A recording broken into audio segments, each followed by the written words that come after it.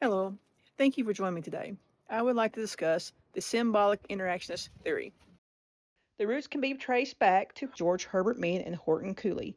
Mead focused on the roles of symbols, languages that shape individual behaviors.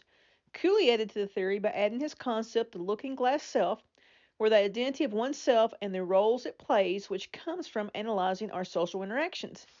In 1969, Hubert Blumer built upon the theory with a further development of three principles. Let's look at those principles. The first is symbolic meaning. How we act or respond toward things is based upon the assigning of meaning on those things, which could be symbols, actions, objects, concepts that come from communication and interactions. An example of this would be two friends are walking through a botanical garden. They come upon a white flower with a bee buzzing around it. Each person assigned the meaning to the white flower and bee, which is shaped by their varying backgrounds and personal experiences. For one friend, that white flower and bee symbolizes love, happiness, and beauty of nature. To the other friend, it symbolizes caution and the feeling of danger due to the bee buzzing around the flower. The second principle, social interaction. The focus is on the role of social interaction that the individuals have with other individuals where they develop shared meanings. This principle focuses on the importance of forms of interaction such as gestures and one-on-one communication. For example, when I attend my weekly horsemanship class, where the activities of social interaction occurs between not just my horse and myself, but with other riders as well. In riding together, we share tips, help each other work on patterns, and participate in equestrian events, which creates a social community. These interactions involve communication with both humans and horses, shaping the shared experience of horse riding.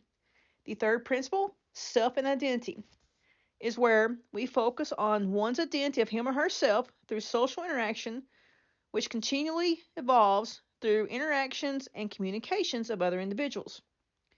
This is where the looking glass self comes into play.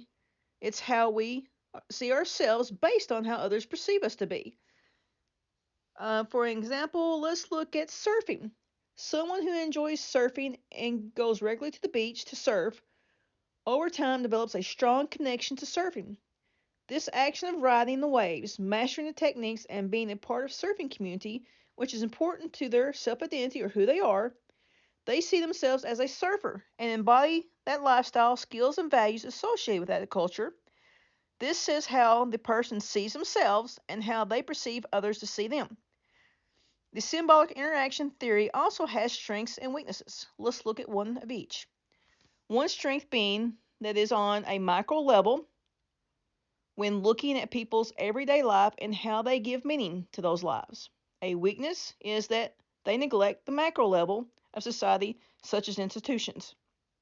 In conclusion, the symbolic interactions theory provides valuable insight and qualitative data on how individuals give meaning to their everyday lives through interactions, symbols, and languages, which shapes one's self-identity and behavior through social interactions. Applying this theory or method to the aspects of family violence helps researchers, practitioners, and criminologists to look at the micro level dynamics of interpersonal relationships within the family. By examining the symbolic meanings attached to family violence and its behaviors that contribute to the violence and assess the impact on one's self-identity within the family construct. This can improve our understanding and intervention strategies for the dynamics of family violence at a micro level of society and possibly decreasing the overall occurrence within the family. I hope you enjoyed this short video on the topic of the symbolic interactions theory, and thank you for watching.